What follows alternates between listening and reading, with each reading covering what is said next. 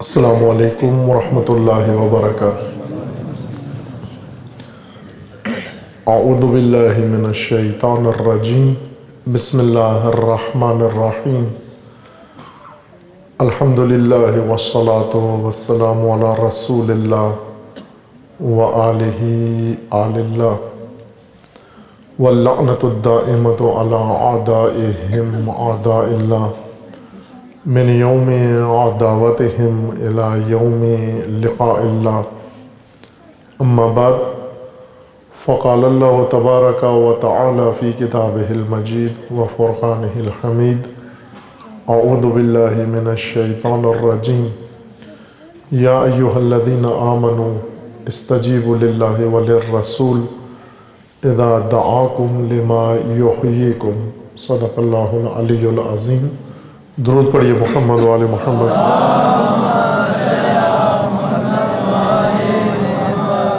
خداوند تبارک و تعالیٰ تمام مومنین کو اپنے حفظ و امان میں محفوظ فرمائے۔ تمام مومنین کی حفظ و سلامتی کے لیے صلوات پڑھیے محمد و آل محمد۔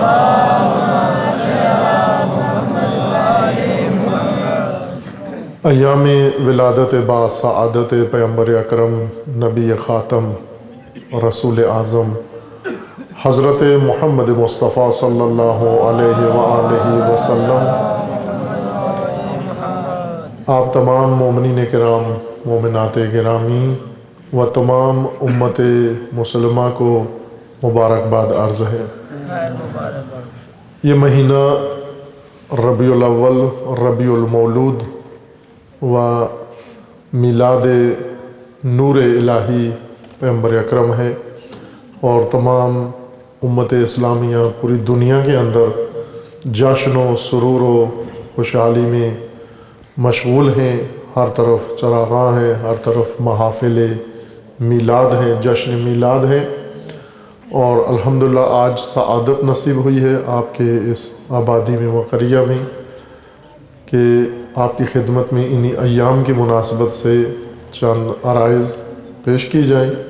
اگرچہ رات تھوڑی ٹھنڈی ہے، موسم ٹھنڈا ہے، لیکن انشاءاللہ آپ مومنین کرام ایمان کی گرمی سے انشاءاللہ اپنے آپ کو گرم رکھیں گے انشاءاللہ۔ اللہ تعالیٰ سب کو ہر آفت و بلیہ سے محفوظ فرمائے انشاءاللہ۔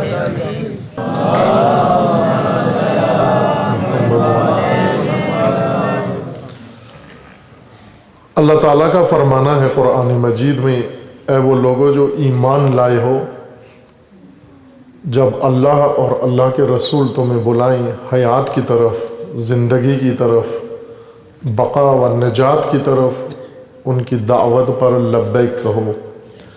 استجیبوا للہ وللرسول اذا دعاکم لما یحییکم۔ دعوت الہی پر لبیک کہو، دعوت رسول اللہ پر لبیک کہو، ہر وہ دعوت جو اللہ کی طرف ہو اور اللہ کی جانب سے ہو اس پر لبیک کہو۔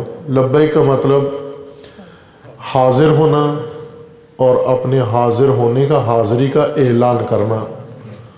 آپ میں سے بزرگان و آج کل تو معلوم نہیں حاضریاں کیسے ہوتی ہیں اسکول میں، لیکن پہلے زمانوں میں یہ ہوتی تھی کہ ایک کلاس کا فارم ماسٹر ہوتا تھا، رجسٹر اس کے پاس ہوتا تھا حاضری کا، اور بچے جب اکٹھے ہوتے تو ایک ایک کا نام بولتا تو وہ سب اٹھ کے لبیک کہتے۔ ایک جس کا بھی نام بولتے وہ حاضر جناب یا کہتا لبیک، یعنی میں موجود ہوں، میں حاضر ہوں، اور یہاں پر آپ کی کلاس میں آپ کے سامنے موجود ہوں۔ اللہ کی دعوت پر لبیک کہنا بھی ایسا ہی ہے کہ جس میدان میں خدا کی ذات ہمیں بلا رہی ہے، وہ رسول اللہ بلا رہے ہیں کہ اس میدان میں آ جاؤ، اس میدان میں حاضر ہو جانا اور اپنے حاضر ہونے کا اعلان کر دینا کہ میں آ گیا ہوں، حاضر ہو گیا ہوں، اسے لبیک کہتے ہیں۔ اور جب تک مومنین اللہ کو لبیک کہیں گے اور رسول اللہ کو لبیک کہیں گے، انہیں موت نہیں آئے گی، ہلاکت نہیں ہوگی، ان کا نام و نشان مٹے گا نہیں۔ لیکن اگر اللہ کو انہوں نے خدا نخواستہ اللہ کی دعوت پر لبیک نہ کہا، حاضر نہ ہوئے اور رسول اللہ کی دعوت پر اگر انہوں نے لبیک نہ کہا پھر ان کی بقا کی کوئی ضمانت نہیں ہے، اس میں حیات نہیں بلکہ ہلاکت ہے۔ اور تاریخ بھی ہمیں ایسا ہی بتاتی ہے کہ مسلمانوں نے جب بھی مومنین نے و اہل اسلام نے رسول اللہ کی دعوت پر اور اللہ کی دعوت پر لبیک کہا ہے، خداوند تبارک و تعالیٰ نے انہیں عزت عطا کی ہے، انہیں نعمتیں عطا کی ہیں، انہیں امن و امان عطا کیا ہے، انہیں حکومت الہی عطا کی ہے، انہیں ولایت کا سایہ عطا کیا ہے۔ اور جب بھی انہوں نے لبیک نہیں کہی، میدان چھوڑ دیا اور غیر حاضر ہو گئی، اس وقت ان کے اوپر ظالم حکمران و ظالم لوگ مسلط ہو گئے، جنہوں نے ان پر رحم نہیں کھایا اور انہیں بے دردی سے قتل کیا۔ آپ توجہ فرمائیں کہ رسول اللہ صلی اللہ علیہ وآلہ وسلم جب مبعوث ہوئے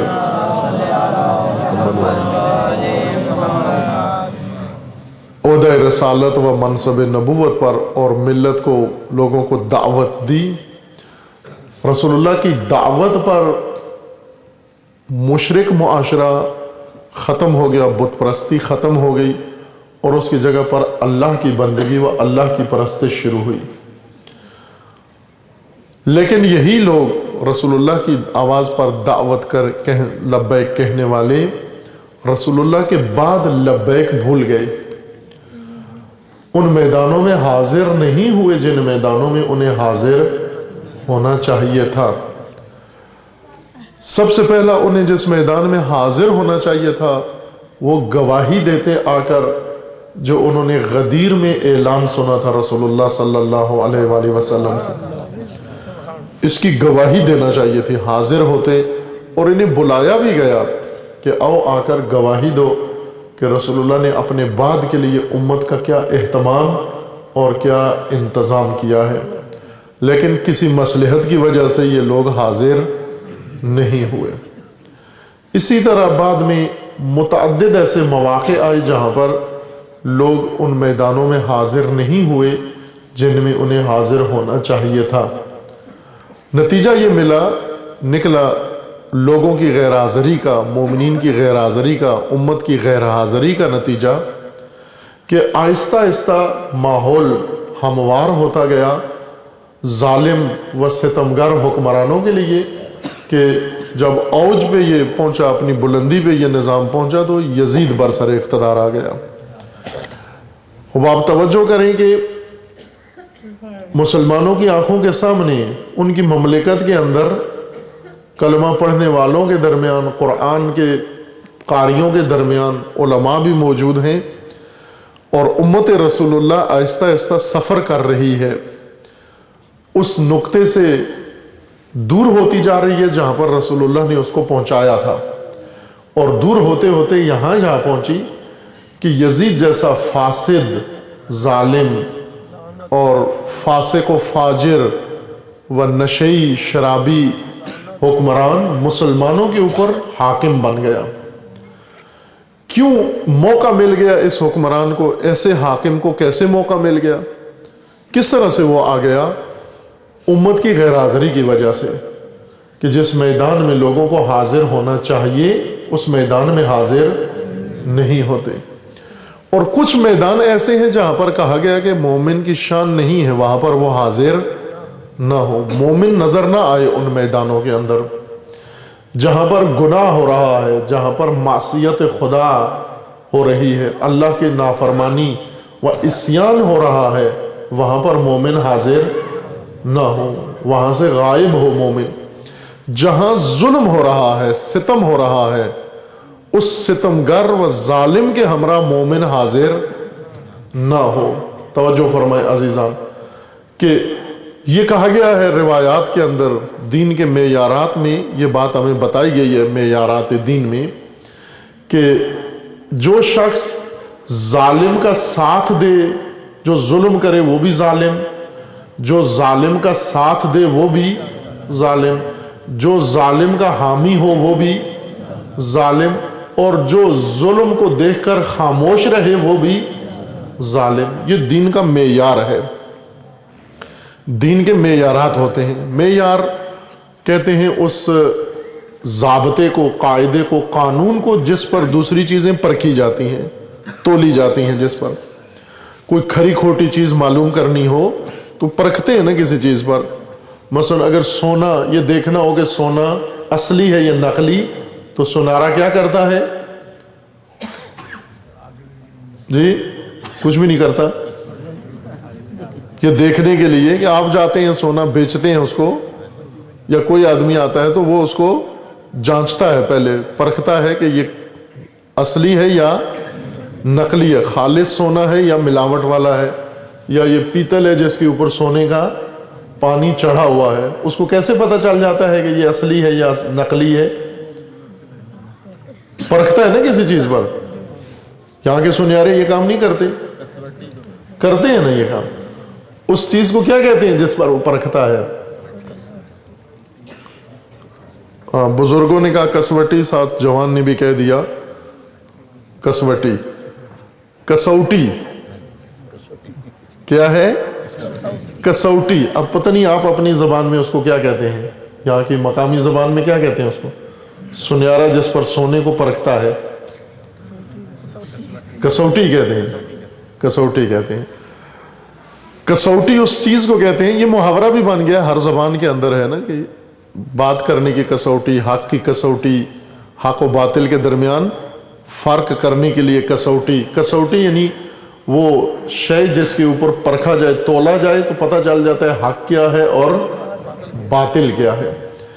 دین اسلام میں خداوند تبارک و تعالیٰ نے یہی کام کیا ہے، اپنے انبیاء کو اور ائمہ اطہار کو معیار دیے ہیں، کسوٹیاں دی ہیں کہ ان معیاروں پر آپ نے پرکھنا ہے جا کر کہ اصلی کون ہے اور نقلی کون ہے.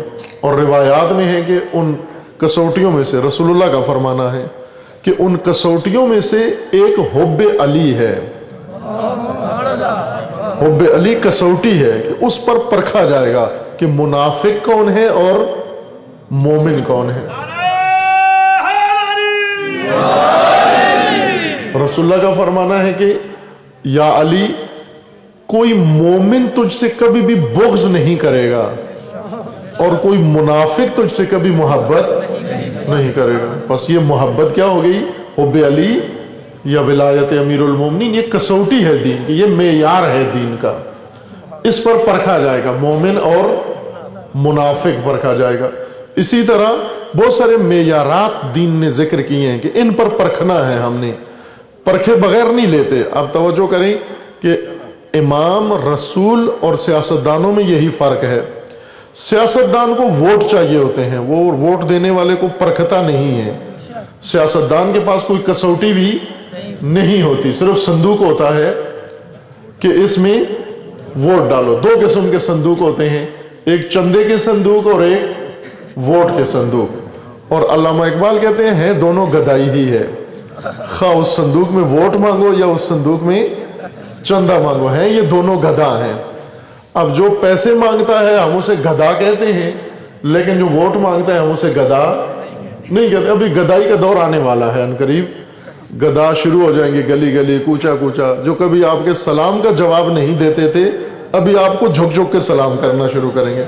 گدھا ایسے ہی ہوتے ہیں، جب بھوکے ہوتے ہیں تو ہر ایک کو سلام کرتے ہیں، اور جب پیٹ بھر جاتا ہے پھر سلام کا جواب بھی نہیں دیتے. ابھی گدائی کا زمانہ شروع ہونے والا ہے آپ کے ملک میں. خوب سارے گدھا نکلیں گے. فرق یہ ہوتا ہے کہ یہ گدھا ذرا کپڑے استری کیے ہوتے ہیں، گاڑیاں ان کے پاس اچھی ہوتی ہیں، لیکن وہ بڑے گدھا ہیں. چونکہ بڑے گدھاؤں کا کاروبار ذرا بڑا ہوتا ہے. چھوٹا گدھا کسی گاؤں کے چوک میں مانگتا ہے، بڑا گدھا کسی شہر کے چوک میں مانگتا ہے. فرق نہیں پڑتا، کوئی چھوٹا گدھا ہے کوئی بڑا گدھا ہے. ان گدھاؤں کے پاس، یہ جو سیاسی گدھا ہیں، ان کے پاس کسوٹی نہیں ہوتی.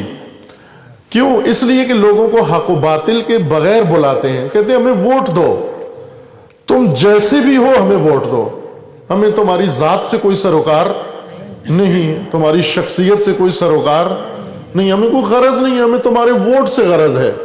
نہ تمہاری قومیت سے غرض ہے، نہ تمہاری نسل سے غرض ہے، نہ تمہارے عمل سے غرض ہے، کچھ بھی نہیں چاہیے. آپ سے فقط آپ سے ہمیں ووٹ چاہیے، ووٹ دے دو. یہ چونکہ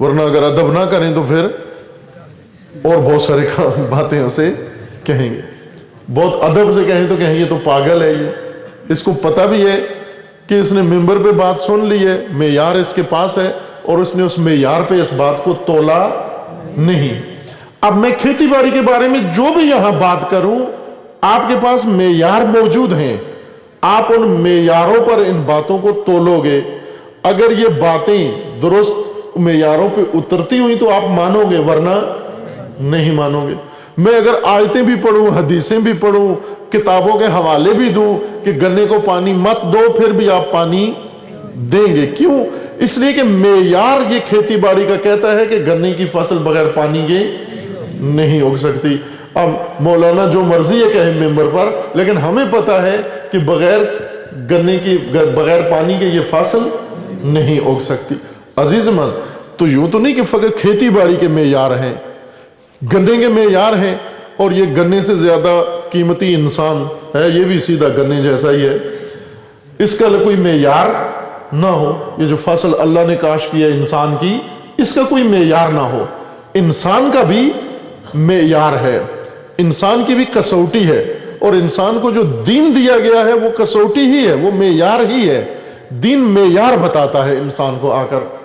ان معیاروں میں سے ایک، یہ تو میں نے عام بات کی تاکہ ہر شعبے میں آپ یہ بات ذہن میں رکھیں کہ ممبرز پہ جو بات آپ سنتے ہیں، آنکھیں بند کر کے نہ آپ یہ دیکھو کہ معیاروں پہ اترتی ہے یا نہیں اترتی. اگر معیار پہ اترتی ہے تو مان لو، معیار پہ نہیں اترتی تو مت مانو بات.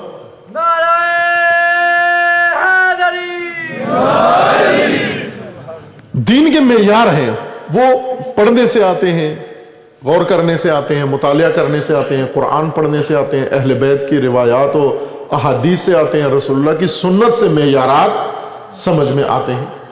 خوب، ان معیاروں میں ایک معیار یہ ہے، توجہ کریں، کہ آیا ہم ظالموں کو، ظالم حکمران، ظالم سیاستدان، ظالم سیاست باز، ان کا ساتھ دے سکتے ہیں یا نہیں دے سکتے؟ توجہ فرمائیں. میں ایک واقعہ نقل کرتا ہوں امام علیہ السلام کا، جس میں معیار بتایا جا رہا ہے. تمام مومنین کو زندگی گزارنے کی کسوٹی دی جا رہی ہے. آپ سونا چاندی پرکھتے ہو، گنے کی فصل اور گندم جو معیاروں کے تحت اگاتے ہو، لیکن جب اپنی باری آتی ہے تو معیاروں کو اہمیت نہیں دیتے. ہر کام معیار ہوتا ہے، ان معیاروں پر سارے کام ہیں. اب معیار بہت سارے ہیں جو یہاں ظاہر وقت ہمارا کم ہے، محدود ہے، میں ایک بات صرف کر کے آگے بڑھتا ہوں. ہارون الرشید نام سنا ہوا ہے آپ نے؟ ہارون الرشید کا جی کون ہے؟ تھوڑی سی مدد کریں تاکہ میں آگے بڑھوں. ہارون الرشید کون ہے؟ عباسی خلیفہ. احسن، ماشاءاللہ، مومنین آگاہی رکھنے والے، تاریخ سے آشنا، تشریف فرما ہے. دو سلسلے اسلام میں کی تاریخ میں، مسلمانوں کی تاریخ میں بڑے مشہور رہے ہیں، ایک بنو امیہ اور ایک بنو عباس. بنو امیہ کے بعد بنو عباس حاکم بنے مسلمانوں کے. یہ ائمہ کے زمانے کی بات ہے، ائمہ اطہار موجود تھے، لیکن حاکم کون تھے؟ یا بنو امیہ تھے یا پھر بنو عباس. پہلے 100 سال، 100 سوا 100 سال تک بنو امیہ رہے، پھر اس کے بعد بنو عباس آ گئے. بنو عباس ان کو اس وجہ سے کہتے ہیں کہ یہ حضرت عباس جو رسول اللہ کے چچا ہیں، امیر المومنین کے چچا ہیں، عباس ان کے بیٹے ہیں، اس وجہ سے ان کو کہتے ہیں بنو عباس، یعنی اولاد، عباس کی اولاد.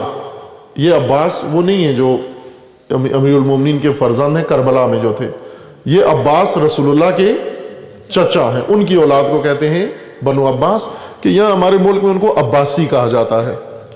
عربی زبان میں بنو عباس کہتے ہیں، اردو میں عباسی کہتے ہیں ان کو، عباسی خلیفہ. ہارون الرشید ان کا تیسرا زیرن خلیفہ یا تیسرا یا چوتھا بادشاہ تھا. ہارون الرشید حضرت امام موسیٰ کاظم علیہ السلام کے زمانے میں تھا. امام کے زمانے میں یہ حاکم بنا، اور اس نے سارا ظلم کیا. امام کاظم علیہ السلام کو جیلوں میں رکھا، 14 سال سنتے ہیں نا آپ کے، 14 سال امام مختلف زندانوں میں رہے، اور اسی نے شہید بھی کیا ہارون الرشید نے امام کو۔ امام کاظم علیہ السلام ایک ماننے والا شیعہ امام موسیٰ کاظم علیہ السلام کا ساتھی، صحابی، امام کا پیروکار، یہ شخص امام کا ساتھی تھا۔ اس نے اپنے اونٹ کرائے پہ دیے ہارون الرشید کو۔ اس کا کاروبار تھا، جیسے آج کل لوگ ہوتے ہیں نا ٹرانسپورٹر، گاڑیاں ہوتی ہیں ان کی، یا کوئی بسیں ویگنیں لوگوں کو کرائے پہ دیتے ہیں، ٹیکسی چلاتے ہیں اس طرح۔ اس وقت کے ٹرانسپورٹر ان کے اونٹ ہوتے تھے اور گھوڑے اور خچر۔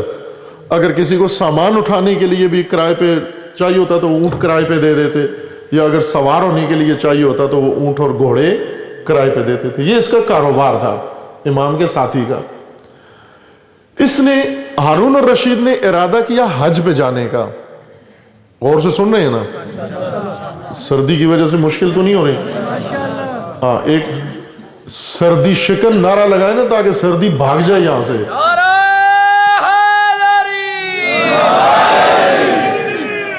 اس نعرے سے تو باہر والی سردی بھی اندر آ جائے گی۔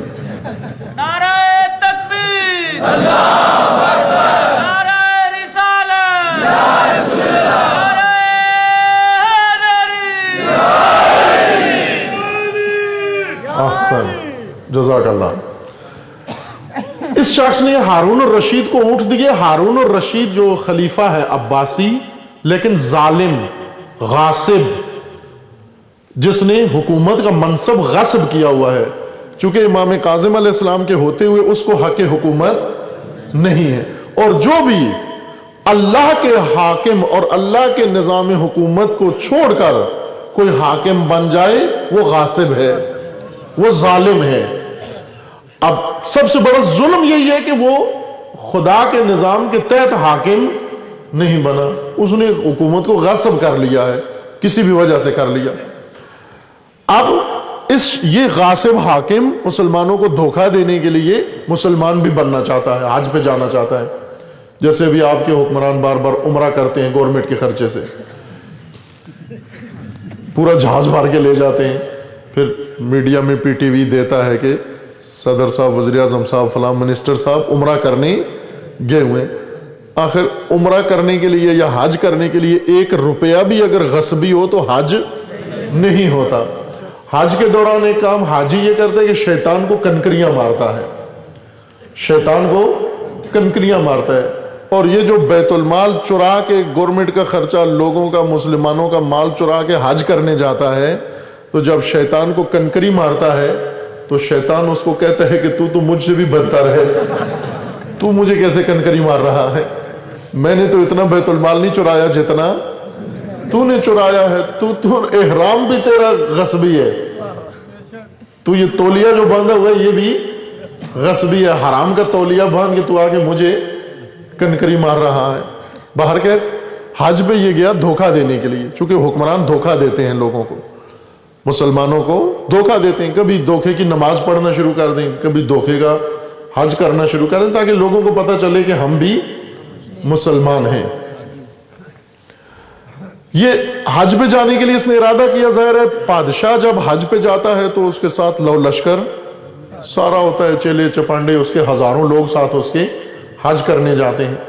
اس کو بہت زیادہ ٹرانسپورٹ کی ضرورت تھی، گھوڑے اور اونٹ، اور شاہی گھوڑے کافی نہیں تھے تو بہت زیادہ ان کے پاس، لیکن سامان زیادہ تھا، لوگ زیادہ تھے، وہ گھوڑے ناکافی ہوئے، اونٹ کافی نہیں تھے۔ اس نے ٹرانسپورٹروں سے کرائے پہ لیے۔ جیسے ابھی جلسے کرتے ہیں تو بسوں والے ویگنیں سب کنٹرول کر لیتے ہیں، چھین لیتے ہیں کہ یہ ان پر ہمارے لوگ بیٹھ کے جلسہ کرنے مینار پاکستان جائیں گے مثلا۔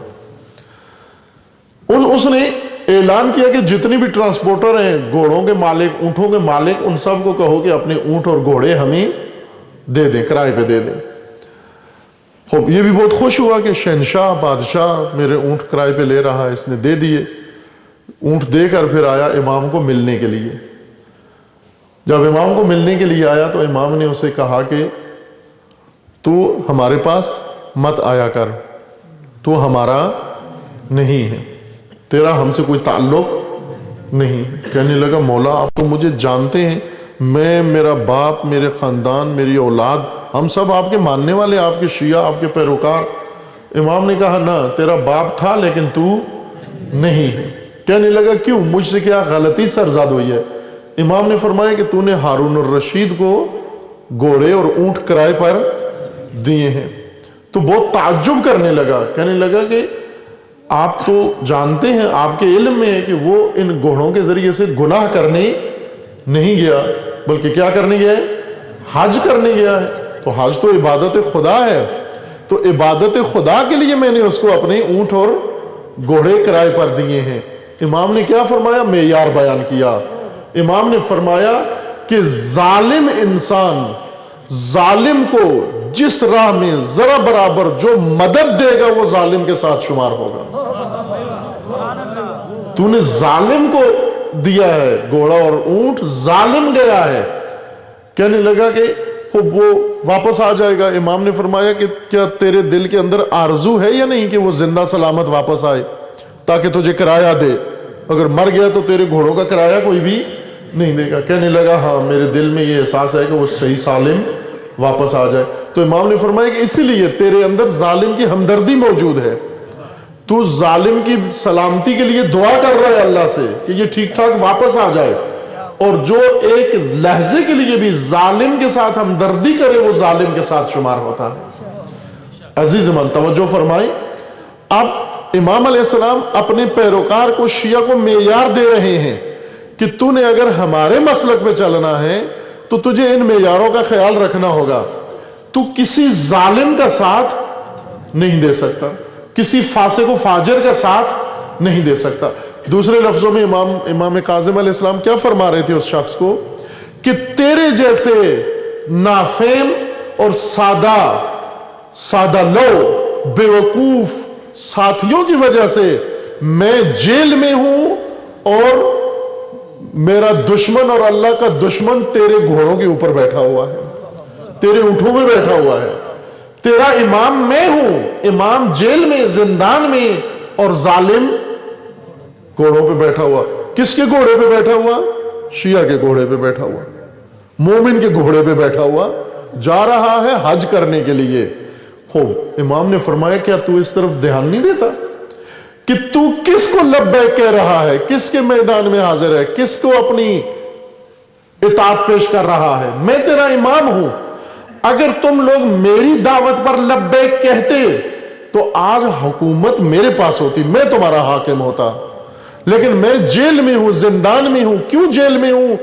اس لیے کہ ہمارے پیروکاروں کو یہی نہیں معلوم کہ ہم نے کس کی اطاعت کرنی ہے، کس کا ساتھ دینا ہے، اور کس کا ساتھ ہم نے ترک کرنا ہے۔ عزیز من، یہ نمونہ میں نے عرض کیا آپ کی خدمت میں، اس لیے مومنین عرض کیا ہے، آج کے پاکستان کے لیے اور آج کے عوام کے لیے عرض کیا ہے کہ دین کے معیار ہیں، ان معیاروں پر ہمیں تولا جائے گا۔ آپ دیکھ لو کہ اگر امام کاظم کا صحابی ہارون الرشید کو حج کے لیے گھوڑے کرائے پہ دیتا ہے اور امام کاظم اپنا ناتا اس سے توڑ لیتے ہیں، اور وہ جو ظالموں کو کئی سال ووٹ دیتا ہے، ان کے ساتھ کمپین چلاتا ہے، ان کی پارٹی میں جاتا ہے، ان کو اقتدار تک پہنچاتا ہے، وہ جا کر بیت المال لوٹتے ہیں، وہ جا کر ظلم کرتے ہیں، وہ جا کر معصیت کرتے ہیں، جس کا ووٹ اس کو پڑا ہے وہ اس کے ہر جرم میں شریک ہو جاتا ہے، ہر جرم میں شریک ہو جاتا ہے۔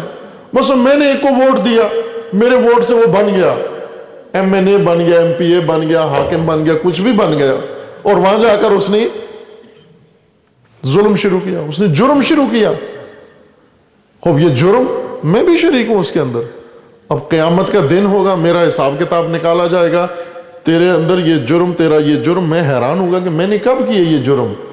جواب آئے گا کہ جس ظالم کا تو نے ساتھ دیا ہے یہ اس نے کیے ہیں جرم۔ اور قانون یہ ہے، معیار یہ ہے اللہ کا، جو ظالم کا ساتھ دے گا وہ بھی ظالم ہے۔ عزیز من توجہ رکھیں، اگر ہم لبیک کہیں گے اللہ کی دعوت پر، لبیک کہنے کا مطلب کیا ہے کہ ہم کہیں لبیک اللہم لبیک، صرف زبان سے کہہ دیں لبیک اللہم لبیک، اور نظام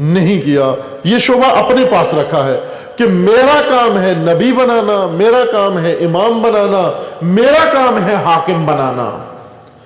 یہ میرا کام ہے حاکم بنانا. آپ کا کام کیا ہے؟ میری دعوت پر لبیک کہنا.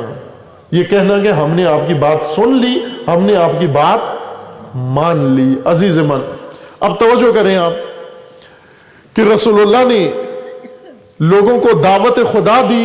جب تک لوگوں نے لبیک کہا خوب حکومت بن گئی، رسول اللہ حاکم تھے. لیکن رسول اللہ کے اس دنیا سے جانے کے بعد رسول اللہ نے جو پیغام دیا، من کنت مولا فہذا علی مولا، اس کو لبیک کہنا بھول گئے. کہنا کیا چاہیے تھا وہاں پر غدیر کے ممبر کے نیچے؟ کیا نعرہ بلند ہونا چاہیے تھا؟ لبیک یا رسول اللہ. لیکن کیا کہا انہوں نے؟ بخن بخن. بخن بخن یعنی واہ واہ. بخن بخن کا مطلب ہوتا ہے واہ واہ، نہ مبارک نہیں ہوتا. بخن بخن کا معنی ہوتا ہے واہ واہ، مبارک نہیں کہتے. بخن کا ترجمہ غلط ہے، یہ مبارک. بخن یعنی واہ واہ. انہوں نے کہا واہ واہ. رسول اللہ کیا کہہ رہے تھے کہ جس کا میں حاکم و مولا ہوں اس کے علی حاکم و مولا ہیں. تو نیچے سے کیا جواب آیا؟ واہ واہ. کہنا کیا چاہیے تھا؟ لبیک، کہ ہم حاضر ہیں، ان کی ولایت کو قبول کرنے کے لیے حاضر ہیں. امت غیر حاضر ہو گئی. جب امت غیر حاضر ہوتی ہے تو پھر امام یا گھر میں گوشہ نشین ہو جاتا ہے یا جیل اور زندان میں چلا جاتا ہے، اور میدان بنو امیہ اور بنو عباس کے پاس آتا ہے. کون یزید کو اقتدار میں آنے کا موقع دیتا ہے؟ غیر حاضر قوم. غیر حاضر قوم جو میدان میں حاضر نہیں ہوتی، یہ موقع دیتے ہیں. اگر یہ میدان میں حاضر رہیں، کوئی ظالم یزید برسر اقتدار نہیں آ سکتا. کربلا میدان اسی چیز کا نام ہے کہ آپ لبیک کہو، میدان میں آؤ. اگر میدان میں لوگ ہوتے، یزید حاکم نہ ہوتا، امام حسین علیہ السلام حاکم ہوتے.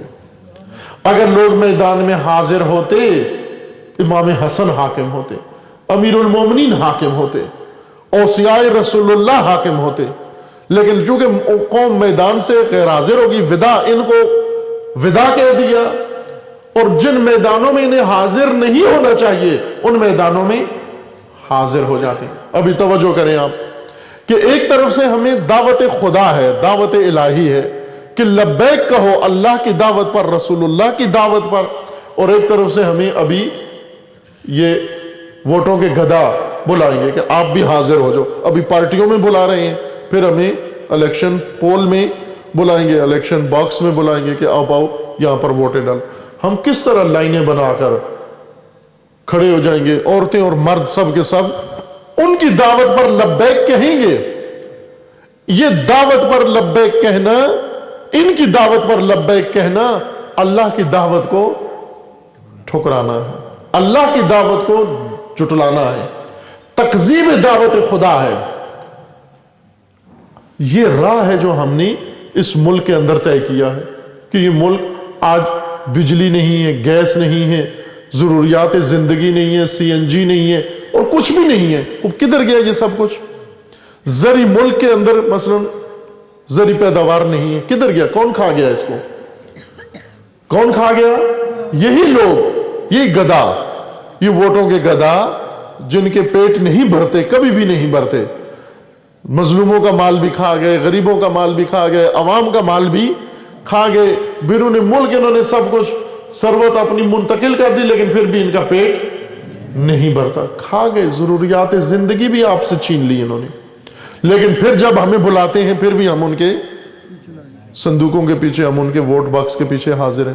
لیکن اللہ و اللہ کے رسول اور اللہ کی طرف سے جو امام متعین ہوئے ہیں وہ ہمیں بلاتے ہیں، ہم ان کی دعوت پر لبیک نہیں کہتے. لبیک کا مطلب لبیک رسول اللہ کی دعوت پر لبیک کہو. رسول اللہ کس طرف بلا رہے ہیں؟ رسول اللہ بلا رہے ہیں وحدت کی طرف، اتحاد کی طرف، کہ مومنین آپس میں متحد ہو. یہ دعوت رسول اللہ ہے، اس کو لبیک کہو. لبیک کہنے کا مطلب یعنی وحدت کے میدان میں اکٹھے ہو جاؤ، سب مل کر اللہ کی رسی کو تھام لو.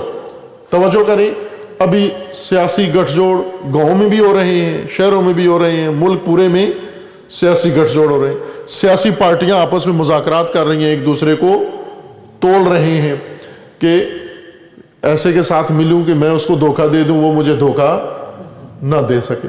اب دیکھیں نا عجیب و غریب قسم کی سیاسی گٹھ جوڑ ہوتے ہیں۔ اب یہ موجودہ حکومت میں ایسی پارٹیاں حکومت کا حصہ ہیں جو حکومت کے خلاف لانگ مارچ کرتی ہیں۔ سمجھ نہیں آئی بات؟ جی کرتی ہیں یا نہیں کرتی؟ حکومت میں بھی ہیں اور حکومت کے خلاف بھی ہیں۔ یہ کیا مطلب ہوا کہ آپ بالآخر کس کے خلاف مظاہرے کر رہے ہو؟ آپ تو خود حکومت کے اندر ہو۔ یہ گٹھ جوڑ کر رہے ہیں، اقتدار کی کرسی کو تھامنے کے لیے آپس میں مل رہے ہیں۔ کہیں پر مذہبی لوگ آپس میں مل رہے ہیں، کہیں پر غیر مذہبی آپس میں مل رہے ہیں، اقتدار کی کرسی کے لیے مل رہے ہیں، اللہ کی رسی کو تھامنے کے لیے تیار نہیں، دین کے اوپر جمع ہونے کے لیے تیار نہیں ہیں، اللہ کی دعوت پر ایک ہونے کے لیے تیار نہیں ہیں، لیکن اقتدار کے لیے، پارلیمنٹ میں جانے کے لیے اقتدار کی کرسی کو تھام لیتے ہیں، مضبوطی سے تھام لیتے ہیں۔ وہی پارٹیاں جو ایک دوسرے کو قاتل کہتی تھیں اپنا، وہ ابھی مل کر دونوں نے ایک ایک پایا کرسی کا تھاما ہوا ہے۔ یہ اتحاد ہے، یہ متحد ہے آپس میں۔ کرسی کو تھام لینا اتحاد نہیں ہے، یہ فتنہ ہے۔ اقتدار کی کرسی کو تھام لینا، اللہ کی رسی کو تھامو، نجات اس کے اندر ہے، حیات اس کے اندر ہے، بقا اس کے اندر ہے۔ اللہ کی رسی کو تھامو۔ اللہ کی رسی ظاہر ہے وہ یہ جو رسیاں ہوتی ہیں پٹسن کی اور کپاس کی اور سوتر کی اور پلاسٹک کی رسی نہیں ہے۔ اللہ کی رسی یعنی اللہ کا نظام، اللہ کے نظام کو تھام لو۔ عزیز من، دین یونی کی قبر کے بعد ہمیں بچانے کے لیے آیا ہے، دین یا حیات ہمیں قبر سے پہلے پہلے نجات دینے کے لیے آیا ہے، یہ زندگی ہماری سنوارنے کے لیے آیا ہے دین۔ اس زندگی کے لیے ہمیں دین کی ضرورت ہے، مرنے سے پہلے پہلے کی زندگی کے لیے۔ اور اگر مرنے سے پہلے پہلے دین میرے کام آ گیا تو مرنے کے بعد بھی کام آئے گا۔ کچھ چیزیں ہمیں بتائی گئی ہیں کہ مرو گے تو کام آئیں گی۔ مثلا آپ کو ایک کارڈ ایسا دے دیا جائے، فون چارجنگ کارڈ، کہ آپ کو یہ کہا جائے کہ جس دن آپ مریں گے اس دن آپ کے فون میں بیلنس آ جائے گا، تو آپ کہیں گے اس دن میں کیا کروں گا؟ ابھی آنا چاہیے، مجھے کال کرنی ہے، ابھی کال کرنی ہے، مجھے ابھی فون کرنے۔ آپ کہتے ہو جب مرو گے تو تمہارے کریڈٹ میں، اکاؤنٹ میں یہ کریڈٹ آ جائے گا۔ مجھے تو ابھی چاہیے، ابھی دو، ورنہ مرنے کے بعد آ گیا تو کون کرے گا؟ میرا بچے کریں گے، دوسرے کریں گے، کال کریں گے، مجھے ابھی چاہیے۔ دین ابھی کریڈٹ دیتا ہے، سارا کریڈٹ ابھی دیتا ہے آپ کو، ابھی وصول کرو مرنے سے پہلے پہلے۔ اللہ نے دعوت دی ہے، اس کو لبیک کہو، رسول اللہ نے دعوت دی ہے، اس کو لبیک کہو، امام دین و امام مسلمین نے دعوت دی ہے، اس کو لبیک کہو، یعنی اسے قبول کر لو، مان لو، اسے تھام لو اسے۔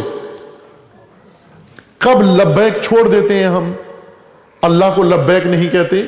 جب ہم ان ظالموں کے چکر میں پڑ جاتے ہیں، ان ظالموں کے دھوکے میں آ جاتے ہیں، ستمگروں کے دھوکے میں آ جاتے ہیں۔ دھوکہ کھانا مومن کی شان نہیں ہے، دھوکے میں مت آئیں۔ ابھی قوم کو دھوکہ دینے والے بہت سارے میدان میں اترتے ہیں، اور ایک قسم کی دوڑ لگی ہوئی ہے کہ کون زیادہ دھوکہ دیتا ہے قوم کو، اور سب سے بڑا سیاستدان کون ہوگا جو سب سے بڑا دھوکہ دے سکتا ہے، اور قوم جس کے فریب میں آ جائے گی، پھر ہم ان سے کہیں گے یہ ہمیں نجات دیں گے۔ عزیز من، اگر امام معصوم فرما رہے ہیں کہ میرے ہوتے ہوئے تو ظالم کو اپنا گھوڑا و اونٹ کرائے پر دیتا ہے حج کے لیے، حج عبادت خدا ہے، لیکن عبادت پہ جانے والا، مکہ حرم خدا ہے، حرم خدا میں جانے والا ظالم ہے، اور اگر ایک مومن کرائے پر اپنے گھوڑا دے دے تو یہ ظالم امامت کے نظام سے کٹ جاتا ہے، یہ شخص یہ کٹ جاتا ہے۔ اب آپ توجہ کریں، ہم جو کچھ کر رہے ہیں، ہم جو کچھ انجام دے رہے ہیں، کیا ہمیں موسیٰ کاظم علیہ السلام کیا فرمائیں گے؟ ہمیں امام صادق علیہ السلام کیا فرمائیں گے؟ اور ہمارے امام حاضر و امام حی و امام زندہ، حضرت حجت اجل اللہ تعالی فرج و شریف، کیا نہیں دیکھ رہے کہ یہ میرے ماننے والے کدھر جا رہے ہیں؟ یہ جو الاجل الاجل کہتے ہیں، یہ کدھر جا رہے ہیں؟ کیا انہیں سمجھ میں نہیں آتی یہ کیا کر رہے ہیں؟ اگر 60 سال یہ امت کوشش کرتی نظام الہی کے لیے، 60 سالوں بعد آج نظام الہی پاکستان میں موجود ہوتا، آج موجود ہوتا نظام الہی، لیکن ہم نے لبیک نہیں کہا، ہم نے دعوت الہی پر لبیک نہیں کی، بھول گئے دعوت خدا۔ ہم نے دین کو رکھا کہ جو کام ہم کرتے ہیں ان کے اوپر تقدس کا رنگ چڑھانے کے لیے دین کو رکھ دیا۔ فرض کریں آپ کوئی چیز بھی لے آئیں، اس کے اوپر آیت حدیث لکھ دیں تو سمجھتے ہیں یہ ابھی اسلامی ہو گئی ہے۔ چوری کی چیز لے آئیں، اس کے اوپر اسلامی چیز کو لکھ دیں، کہتے ہیں اسلامی ہو گئی ہے۔ چوری کا مال سارا قرآن بھی اس کے اوپر لکھ کے رکھ دو، پھر بھی وہ چوری کا مال ہے، وہ حلال مال نہیں ہو سکتا، وہ نہیں ہو سکتا۔ اگر ساری حدیثیں لکھ دو اس کے اوپر، وہ کبھی بھی حلال مال نہیں ہو سکتا۔ یہ نہیں ہو سکتا کہ ہماری زندگی جو بسر ہو رہی ہے وہ دین سے باہر بسر ہو، اور پھر ہم آ جائیں شام کو مسجد میں آ جائیں، کبھی مجلس میں آ جائیں، کبھی جشن منا لیں، کبھی سوگ منا لیں، اور پھر ہم یہ کہیں یہ زندگی ساری ہماری اسلام۔ مثلا آپ میں سے ہوا ہوگا کسی کے ساتھ، کسی کے کھیت پر دوسرے نے قبضہ کر لیا ہوگا، چونکہ یہ کھیتوں پہ قبضہ کرنا بھی ایک مردانگی ہے پاکستان میں، جو کسی کی زمین پہ قبضہ کر لے سمجھتے بہت بڑا مردانہ کام کیا ہے اس نے۔ خوب کھیت پہ قبضہ کیا، قبضہ کر کے اسی کھیت کو آباد کر رہا ہے، کھا رہا ہے، پتہ نہیں وہ کسی بیوہ کا ہے، یتیم کا ہے، کسی لاوارث کا ہے، کسی مظلوم کا، ضعیف کا ہے، چونکہ عموماً ضعیفوں کے کمزوروں کے کھیتوں پہ یا پلاٹوں پہ دوسرے وہ جو ہوتے ہیں زوردار طاقتور، وہ زورمند لوگ قبضہ کر لیتے ہیں۔ خوب یہ قبضہ کر لیا، یہ قبضہ کر کے اب اسی کھیت میں کماتا ہے، اسی سے فصل اگاتا ہے، کاٹتا ہے، پیسے کماتا ہے، کپڑے خریدتا ہے، پہنتا ہے، خود بھی گھر میں بھی، اور پھر اس کے بعد مسجد بھی جاتا ہے، حج بھی کر رہا ہے، نماز بھی کر رہا ہے، رو بھی رہا ہے، ہنس بھی رہا ہے۔ جب مجلس میں آ کے روتا ہے تو ہمیں بڑا حسرت ہوتی ہے کہ کتنا بڑا مومن ہے یہ، دیکھیں کتنا دکھ رو رہا ہے، اہل بیت کے لیے رو رہا۔ اہل بیت اس کو کیا کہہ رہے ہیں کہ یہ تو مگرمچھ کے آنسو بہا کے ہمیں دھوکہ دیتا ہے، تیرا تو خون ہی سارا، تیرا تو جسم ہی سارا حرام کا بنا ہوا ہے۔ جب تیرا جسم ہی سارا حرام کا ہے، یہ خون جن آنکھوں سے نکل رہا ہے، یہ آنسو بھی حرام کا بنا ہوا ہے تیرا، اب اس کو تو ٹپکاتا ہے، تو سمجھتا ہے ہم اسے دھوکے میں آ جائیں گے۔ زندگی کہاں گزاری، کھایا کیا ہے تو نے، پیا کیا ہے تو نے؟ ابھی توجہ کریں، ہم لوگ عام جو زندگی بسر کرتے ہیں روزمرہ کی، کیسے زندگی بسر کرتے ہیں؟ مثلا 2 بھائی ہیں، سگے بھائی ہیں، رشتہ دار ہیں، ان میں آپس میں بات چیت ہی نہیں ہے، دونوں آتے ہیں مجلس میں آ کر، دونوں امام حسین علیہ السلام کے لیے رو رہے ہیں دونوں۔ خوب کیا امام حسین علیہ السلام کو نظر نہیں آ رہا کہ آپ کے آپس کے تعلقات کیسے ہیں؟ بھائی بھائی کے ساتھ کیا کر رہا ہے؟ امام حسین علیہ السلام کو کیا سمجھتے ہو؟ حضرت زہرا کو کیا سمجھتے ہیں کہ وہ نہیں انہیں پتا کہ ہم کیا کر رہے ہیں، کیا کر کے آئے وہ بھی آ کر ادھر؟ اور وہ اس لیے اللہ نے ان کو بنایا تاکہ ووٹروں کے محتاج نہ ہو، اور جیسے ووٹروں کی ضرورت نہیں ہوتی، وہ کبھی بھی یہ نہیں کہتا کہ تم جیسے بھی ہو ایسے آ جاؤ، بلکہ پرکھتا ہے اس کو کہ اگر ہمارے معیار پر اترتے ہو تو آؤ، اگر معیار پہ نہیں اترتے تو نہیں آنا۔ تم اپنے آپ کو اس قابل بنائیں کہ جب آپ کو معیار پہ تولا جائے، سب سے پہلے آپ پاس ہوں، سب سے پہلے آپ پاس ہوں۔ آج جشن ہے، جشن میلاد رسول اللہ، ہم آمد رسول اللہ پر خوش ہیں، لیکن رسول اللہ ہماری حالت پر خوش نہیں۔ جشن وہ نہیں ہے کہ جس میں رسول ناراض ہو امت خوشحال ہو، جشن وہ ہے جس میں پہلے رسول اللہ خوش ہوں پھر امت خوش ہو، وہ بڑا جشن ہے، جس میں رسول اللہ خوش ہو۔ آج ہماری حالت پر آیا رسول اللہ خوش ہیں؟ یہ پاکستان میں 100 لاشیں اٹھتی ہیں، اس پر خوش ہیں رسول اللہ؟ اس حالت سے کیسے ہم باہر آئیں گے؟ دعوت خدا پر لبیک کہنے سے، دعوت رسول اللہ پر لبیک کہنے سے۔ لبیک یعنی جو کچھ قرآن کا فرمانا ہے، ما آتاکم الرسول فخذوہ، جو رسول لے کر آئے وہ رسول اللہ سے لے لو، پورا لے لو۔ وما نہاکم عنہ فانتہوا، اور جس سے رسول اللہ روک رہے ہیں اس سے رک جاؤ، جس کی طرف بلا رہے ہیں، جو لائے ہیں وہ لے لو رسول اللہ سے، جو کچھ لے کر آئے ہیں لے لو۔ رسول اللہ کیا فرماتے ہیں؟ میں اللہ کی طرف سے تمہارے لیے قرآن اور اہل بیت لے کر آیا ہوں، یہ دونوں لے لو مجھ سے۔ خوب لے لیا آپ نے، قرآن لے لیا آپ نے۔ اگر قرآن لے لیا، آپ دیکھو آپ کی کون سی چیز قرآن کے مطابق ہے، کون سی چیز اہل بیت کے مطابق ہے، کون سی چیز ہماری اہل بیت کے مطابق ہے؟ اہل بیت کا راستہ ہے۔ کیا کریں؟ پھر سوال ذہن میں ہوتا ہے کہ جو ووٹ نہ دیں پھر کیا کریں؟ آپ اللہ کے نظام کی طرف آؤ، اللہ کے نظام کو سمجھو اور اللہ کے نظام کے لیے کوشش کرو۔ جتنی 60 سالوں میں ووٹروں کی مدد کی ہے، اگر اتنی اللہ کی نصرت کرتے تو آج گیس بھی ہوتی، امن بھی ہوتا، سلامتی بھی ہوتی، اور پاکستان یہ جو اسلام کے نام پر بنی ہوئی مملکت ہے یہ اتنی تباہ ویران نہ ہوتی آج، اگر 60 سال لوگ کوشش کرتے اللہ کے نظام کے لیے، رسول اللہ کی دعوت پر لبیک کہتے۔ 60 سال ہم نے کیا کیے؟ اس کو ووٹ دیے، اس کو ووٹ دیے، ایک سمے اس کو ووٹ دیے، ایک سمے اس کو ووٹ دیے۔ میں بعض مجالس میں یہ تشبیہ دی ہے، حرج نہیں یہاں بھی آپ کی خدمت میں عرض کر دوں۔ اصل میں پاکستان میں جو نظام اس وقت موجود ہے، جس نظام میں ہم زندگی بسر کر رہے ہیں، بہت ناپسندیدہ نظام ہے۔ اتنا ناپسندیدہ نظام ہے کہ اگر ہمیں سمجھ میں آ جائے کہ ہم کس نظام میں ہیں تو شاید جینا چھوڑ دیں ہم۔ میں 2 اصطلاحیں معنی کرتا ہوں، انشاءاللہ آپ اس سردی میں کوشش کریں سمجھنے کی، ٹھنڈے موسم کے اندر۔ برطانیہ کی حکومت رہی ہے نا یہاں پر، جی پاکستان بننے سے پہلے یہاں پر برطانیہ کا راج تھا، حکومت برطانیہ تھی۔ اس دور کو کہا جاتا ہے استعماری دور، استعماری دور، برطانوی حکومت کا زمانہ۔ انگریز تھے جب یہاں پر، انگریزوں کی حکومت کو کیا کہا جاتا ہے؟ استعماری دور۔ استعماری کا مطلب یہ ہوتا ہے کہ یہ انگریز چالاک، چالباز، مکار، یہ آئے کہ ہمیں ہندوستان کو اور پاکستان کو آباد کرنا ہے، تعمیر کرنا ہے۔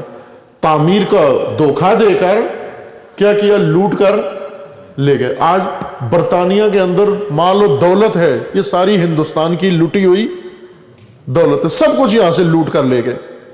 ابھی ہم جب بھی گزرتے ہیں، ٹرین سے گزرتے ہیں، بس سے گزرتے ہیں، اور گزرتے ہوئے بڑا یاد کرتے ہیں یہ انگریزوں کے زمانے کا بنا ہوا پل ہے، یہ انگریزوں کے زمانے کی بڑی ہوئی ٹرین ہے، یہ انگریزوں نے خوب انہوں نے کیوں یہ پل اور روڈ اور سڑکیں اور ٹرین بنائی؟ اس لیے کہ پاکستان کو یا ہندوستان کو آباد کریں؟ نہ، اس لیے کہ چور جب چوری کرتا ہے تو مال اٹھا کے لے جانے کے لیے اسے راستے کی ضرورت ہوتی ہے، پہلے راستہ بناتا ہے پھر سامان اٹھاتا ہے۔ ٹرین ہوگی تو لوٹ کے لے کے جائے گا نا کہیں، روڈ ہوگا تو یہ ٹرک بھر کے کہیں لے کے جائے گا۔ پہلے راستہ بنایا قبضہ کرنے کے لیے، پھر روڈ بنایا تاکہ یہ لوٹ کر اس کو۔ آپ تمام ٹرینیں کہاں جا کر ختم ہوتی ہیں؟ کراچی بندرگاہ پر۔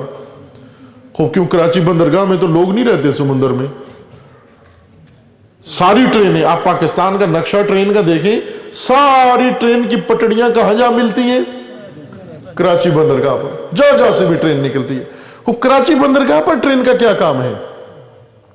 اس لیے کہ کراچی بندرگاہ پر بحری جہاز آتے ہیں، بحری جہاز آتے ہیں، لٹا ہوا مال سارا ان میں ڈالا جاتا ہے، اور پھر اس کے بعد وہ اس سرزمین سے دور برطانیہ جا کر منتقل کر دیا گیا۔ یہ انہوں نے لوٹ کا جال بچایا تھا، یہ یہاں پر جس کو ہم کہتے ہیں انہوں نے تعمیر کی ترقی دی، انگریزوں نے ترقی دی ملک کو، در حقیقت اپنی لوٹ کے لیے ٹرین بچائی انہوں نے، پٹڑی بچائی انہوں نے۔ یہ استعماری دور ہے. تعمیر و ترقی کو بہانہ قرار دے کر لوٹنا، یہ استعماری دور ہے. ابھی جو نظام ہے اس وقت پاکستان میں، اس کو غور سے سننا ہے. ابھی آپ مطمئن رہیں، دیکھ گر گئی ہے، اس میں کچھ نہیں رہا. ابھی آپ تسلی سے بیٹھے رہیں. نعرہ الٹ گئی ہے وہ ادھر. نہیں دیکھ پکنے تک یہیں پر ہیں. پر محمد والے محمد صلوات. اللہم صلی اللہ. نعرہ حیدری. اس وقت جو نظام ہے اس کو غور سے اس کو سننا ہے سب نے بیدار ہو کے. بچے بھی توجہ کریں، بڑے بھی. اس نظام کا نام، یہ فرد کو سمجھانا، میں اپنی ذمہ داری سمجھتا ہوں پاکستان کے ہر فرد کو یہ سمجھ میں آئے کہ اس وقت جس نظام میں ہم زندگی بسر کر رہے ہیں وہ کیا نظام ہے. بظاہر ہمیں کہتے ہیں جمہوریت ہے، جمہوریت نہیں ہے. جمہوریت نہیں ہے. یہاں پر کبھی ہم کہتے ہیں جی فوجی نظام ہے، کبھی جمہوری نظام ہے، کبھی فلاں پارٹی کی نہ. یہ سب ایسے جملے ہیں بے معنی قسم کے. اصل نظام یہ ہے استحماری، استحمار، ہے کے ساتھ، ہے حلوے والی. حلوہ تو کھایا ہوا ہے نا جی؟ لکھا بھی ہے یا نہیں؟ لکھا ہے، پڑھا ہے آپ نے، یا بولتے تو ہیں نا. ہے کس سے، حلوہ کس سے لکھا جاتا ہے؟ ہے سے. اس ہے سے ایک اور لفظ بنتا ہے حمار. حمار، حمار کا مطلب ہوتا ہے گدھا. قرآن میں بھی آیا ہے، سورہ جمعہ میں حمار کے بارے میں آیا ہے کہ مثل الذین حملوا التوراۃ ثم لم یحملوها کمثل الحمار. وہ لوگ جن کو آسمانی کتاب دی ہے کہ اس کے مطابق زندگی بسر کریں لیکن پھر اس کے مطابق زندگی بسر نہیں کرتے، یہ کیا ہے؟ یہ گدھے ہیں. قرآن کہہ رہا ہے گدھے، اللہ کہہ رہا ہے گدھے، میں نے نہیں کہا. قرآن کہہ رہا ہے یہ سارے گدھے ہیں. یحملوا اسفارا، جیسے گدھے کے اوپر کتابیں لدی ہوتی ہیں اس پر عمل نہیں کرتا، اسی طرح یہ بھی حمار ہیں. یہ سارے حمار سے استحمار بنا ہے. استحمار یعنی لوگوں کو گدھا بنانا، الو بنانا، بیوقوف بنانا.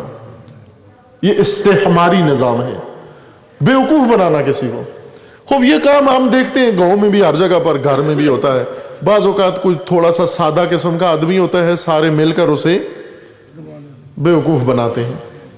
مثلا ہوتا ہے نا سادہ آدمی، جی تیری شادی کرانی ہے، اسے کھانا کھاتے ہیں، جی آج تو مثلا کھانا کھلا ہمیں، ہم تیری شادی. وہ بیچارہ بھی گھر سے چوری کر کے آگے ان کو کھلا دیتا ہے، پھر اسے کھیلتے ہیں. اس قسم کی کیا کر رہے ہیں؟ اس کو بیوقوف بناتے ہیں.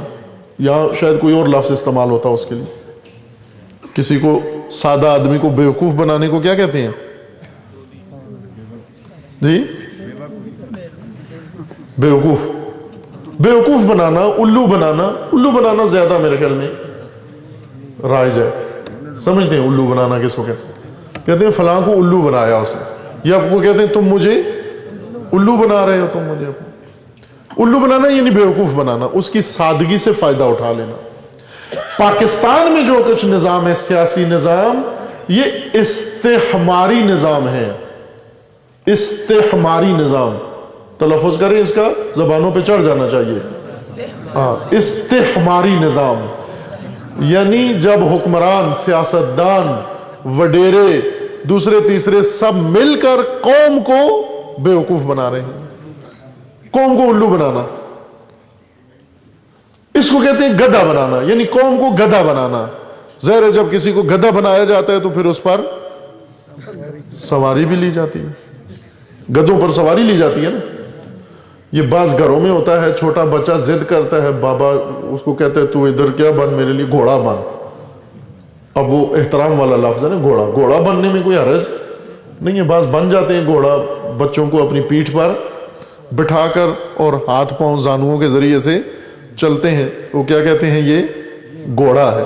وہ بعض بچے تو اپنے ماں باپ کو گھوڑا بناتے ہیں، لیکن بعض بچے اپنے ماں باپ کو گدھا بناتے ہیں. ہیں ایسے. آج کل نیا زمانہ ہے, آخر الزمان آ گیا ہے. اولاد بجائے اس کے کہ ماں باپ کا احترام کرے, الٹا ماں باپ کو الو بناتے ہیں, چکر دیتے ہیں ان کو. وہ پوچھتے ہیں کہاں تھے دن کو؟ میں اسکول میں تھا, مثلا ہوم ورک کرنے گیا تھا, میں خالہ کے گھر گیا تھا مثلا. وہ بیوقوف بناتے ہیں سادہ. آج یہ زمانہ, آنکھیں کھولیں, ماں باپ بھی آنکھیں کھولیں. بچے جدھر جاتے ہیں پیچھے دھیان رکھیں کہ کہاں گئے ہیں. یہ نہ ہو کہ واپس آئیں, جوان بیٹیاں ہیں بیٹے ہیں, کدھر جاتے ہیں, گلیوں میں کیوں جاتے ہیں, اسکولوں کالجوں میں جاتے ہیں, دھیان رکھو ان کا. یہ نہ ہو کہ واپس آ کے آپ کو الو بنائیں کہ یہ کال کس کی آئی ہے تیرے ٹیلی فون پر, کون تجھے میسج کر رہا ہے, کس کی بات کر رہے ہو, کس کے ساتھ تم باتیں کر رہے ہو. وہ کہتے ہیں یہ کزن کی کال آئی ہے, بس وہ بیوقوف بنا رہے ہیں آپ کو. بناتے ہیں نا بیوقوف. وہ ماں باپ ہیں سادہ, کم پڑھے لکھے یا ان پڑھ, یہ 2 جماعتیں پڑھ گیا ہے ماں باپ کی زحمت سے ہی. اب ان جماعتوں سے فائدہ اٹھا کر ماں باپ کو ہی بیوقوف بناتا ہے. یہ 2 جماعتیں پڑھی ہیں تو ماں باپ کا احترام کر, نہ کہ ماں باپ کو بیوقوف بنا. چکر نہ دے ان کو. پاکستان میں یہ ہے کہ گدھا بناؤ, قوم کو گدھا بناؤ, اور جب گدھا بن جائے پھر کیا کرو, اس پر سواری لو, سواری لو. خوب اب بعض سواری لے رہے ہیں, بعض نیچے کھڑے ہوئے ہیں, وہ کہتے ہیں اب ہماری باری ہے. گدھا تو ہم سب کا ہے, فقط تمہارا نہیں ہے. ہم چھوٹے ہوتے تھے تو وہ پیسے نہیں ہوتے تھے, اسکول جاتے تھے, 1-1 روپیہ گھر سے ملتا تھا. وہ بعض اوقات 4-5-10 آدمی جمع ہوتے تھے, سائیکل کرائے پہ لیتے تھے. سائیکل 10 روپے میں ملتی تھی کرائے میں 1 گھنٹے کے لیے, اور بندے لڑکے بچے 10 ہوتے تھے. 1 گھنٹے میں 10 آدمیوں نے سواری لینی ہے. تو وہ باریاں ہوتی تھیں, پہلے ایک بیٹھتا تھا, پھر وہ 1 راؤنڈ لگاتا تھا, فوراً دوسرا اسے لے لیتا تھا کہ اب میری باری ہے. چونکہ 1-1 روپیہ سب نے دیا ہوتا تھا, وہ اس کو گرا کے کہتا تھا اب یہ میری باری ہے. اب اس میں کچھ کو سائیکل چلانا آتی تھی, کچھ کو سائیکل چلانا نہیں آتی تھی. وہ جن کو سائیکل چلانا نہیں آتی تھی وہ ابھی ہینڈل پر ہاتھ رکھ کے پیڈل پہ پاؤں رکھتے تھے, دوسرا آ کے کہتا تھا بس تیری باری ختم ہو گئی, تم مجھے دے دے. وہ کہتا تھا میں تو ابھی چڑھا بھی نہیں ہوں اس کے اوپر, وہ کہتا تھا بس تیرا ٹائم اوور ہو گیا, ختم ہو گیا, یہ ہمیں دے دے. اور بعض بیچارے تو وہ اس طرح سے ہوتے تھے, پہلی دفعہ سائیکل مثلا شوق آیا, شوق تو سب کو ہوتا ہے سوار ہونے کا, وہ ادھر سے اچھلتے, کسی کے سہارے کے ذریعے سے اچھلتے, سائیکل کے اس طرف جا گرتے, مثلا بیٹھ نہیں سکتے تھے. کچھ ایسے ماہر ہوتے تھے 2-3 راؤنڈ لگا لیتے تھے, اسی طرح ایک دوسرے سے چھینتے تھے. اس وقت پاکستان میں سیاسی پارٹیاں جو میدان میں اتری ہیں, یہ در حقیقت کیا کرنی ہے, گدھا چھیننے کے لیے, کہ یہ گدھا میں بنایا ہم سب نے مل کر ہے, یعنی قوم کو الو سب نے مل کے بنایا ہے. یہ داڑیوں والوں نے بھی اور کلین شیو والوں نے بھی, مذہبیوں نے بھی اور غیر. ہاں وہ کہتے ہیں گدھا تو ہم سب نے مل کے بنایا ہے, الو سب نے مل کے بنایا ہے قوم کو, سواری تو اکیلے لے رہے ہو اس کے اوپر, اور ہماری باری ہے. ابھی تو سنا ہے نا, یہ سیاسی تقریر میں سیاسی لیڈر کہہ رہا ہے کہ میاں جی جان دیو ساڑی واری آن دیو. وہ بالکل یہی ہے, یعنی یہ گدھا ہے, اس پہ تم بیٹھ لیا, ابھی ہمیں بھی بیٹھنے دو. خوب اب کیا کر رہے ہیں عوام, کیا کر رہے ہیں عوام نے یہ مان لیا کہ ٹھیک ہے تم جو بنانا چاہتے ہو ہم بن گئے, اور باری باری بیٹھو ہمارے اوپر, اور سواری لو ہمارے اوپر. اور یہ بھی آپ کو پتا ہے کہ باقی سارے جانوروں کو جو گھاس بوس دیتے ہیں عزت والا دیتے ہیں, پٹھے کاٹ کے لاتے ہیں, پٹھے کاٹ کے لاتے ہیں, گدھے پہ لاد کے لے کر آتے ہیں, چنے کاٹ کے لاتے ہیں, گدھے پہ لاد کے لے کر آتے ہیں, غلہ منڈی سے بوری لے کر آتے ہیں, گدھے پر لاد کر لے کر آتے ہیں, لا کر کچھ گھوڑے کو کھلاتے ہیں, کچھ بھینس کو کھلاتے ہیں. یہ کھل وغیرہ جو لاد کر لاتے ہیں گدھے پر, لاد کے گدھے پر لاتے ہیں, کھلاتے بھینس کو ہیں.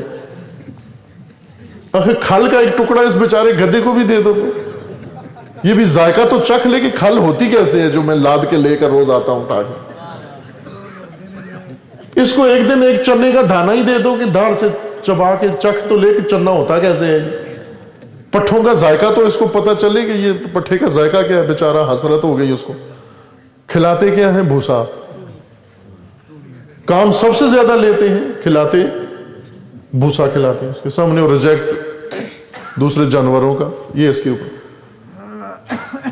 یہ کام عوام کے ساتھ ہو رہا ہے اس ملک کے اندر۔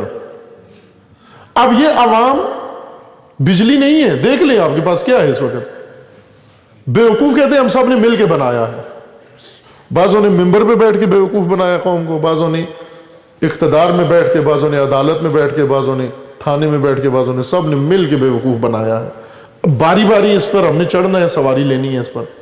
وہ کہتے ہیں تم ہٹو، اب ہماری باری آنے دو۔ اب سوار زیادہ ہیں، گدھا ایک ہے، اس لیے آپس میں الیکشن ہونا ہے۔ ابھی اصل الیکشن کا معنی یہ ہے کہ باری ابھی کس کی ہے۔ خوب، اب چونکہ فیصلہ آپس میں نہیں کرتے، ایک تو یہ تھا نا کہ آپس میں لڑتے، کشتی کرتے، ایک دوسرے کو گرا لیتے۔ جنگ صفین میں امیر المومنین نے امیر شام کو یہی کہا تھا کہ چھوڑو، تم بھی اپنی فوج پیچھے کرو، میں بھی اپنی فوج پیچھے کرتا ہوں، ہم دونوں خود آپس میں نبرد آزما ہوتے ہیں، دونوں دو دو ہاتھ کرتے ہیں، دیکھتے ہیں کون غالب آتا ہے۔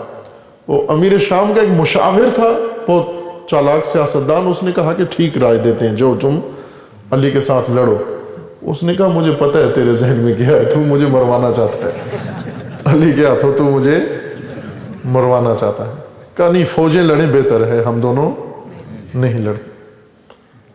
اگر یہ سیاسی پارٹیاں الیکشن چھوڑ دیں، آپس میں لڑیں، ہر سیاسی پارٹی کا سربراہ آئے لنگوٹ باندھ کے، ادھر سے دوسری پارٹی کا، آپس میں کشتی کریں، جو جیت جائے وہ حاکم ہو جائے، ایسے نہیں کرتے، بلکہ کیا کہتے ہیں، عوام کو کہتے ہیں کہ آپ انتخاب کرو۔ کیا انتخاب کرو؟ اپنا سوار، کہ اس دفعہ کس کو سواری دینی ہے، تم چنو۔ خوب، عوام دیکھتے ہیں کہ پچھلا سوار تو مارتا تھا، بھوسا بھی نہیں ڈالتا تھا، بجلی بھی نہیں تھی، گیس بھی نہیں تھی، ابھی چلو کسی نئے سوار کو انتخاب کریں ہم، شاید وہ ہمیں اچھے طریقے سے ڈیل کرے گا۔ وہ آتا ہے، وہ بھوسا بھی چھین لیتا ہے آپ سے، وہ کہتا ہے میں نے مل لگائی ہے، بھوسے سے کوئی چیز تیار ہوتی ہے، یہ بھی لے لو، اس آکسیجن پہ گدھا چرے۔ یہ سیاسی نظام ہے یہاں کا۔ کیوں ہماری یہ حالت بنی؟ کیوں خرکاروں کے ہاتھوں میں ہم آ گئے؟ خرکار، خر گدھے کو کہتے ہیں نا، خرکار جو گدھوں کا کام کرتے ہیں، گدھے چلانے کا۔ یہ سیاست نہیں ہے پاکستان میں، اس طرح امتیں، اس طرح قومیں اس طرح سے نہیں ہوتی، اس طرح سے خرکار خر پالتے ہیں، جس طرح سے تم قوم کے ساتھ جو رویہ ہے تمہارا۔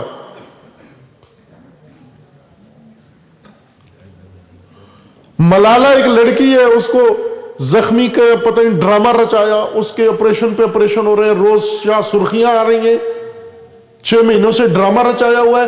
کوئٹے میں 100 لاشیں روڈ پہ 4 دن پڑی رہی ہیں، ان کے کان پہ جونگ بھی نہیں رہیں گی۔ یہ انسان ہے؟ توجہ کریں کہ کون لوگ ہیں جو آپ پر سواری لے رہے ہیں۔ یہ سب ایک جیسے ہیں۔ میں ایک نمونہ، دیگ جب ٹیسٹ کرنی ہوتی ہے تو پوری دیگ نکال کر نہیں ٹیسٹ کرتے۔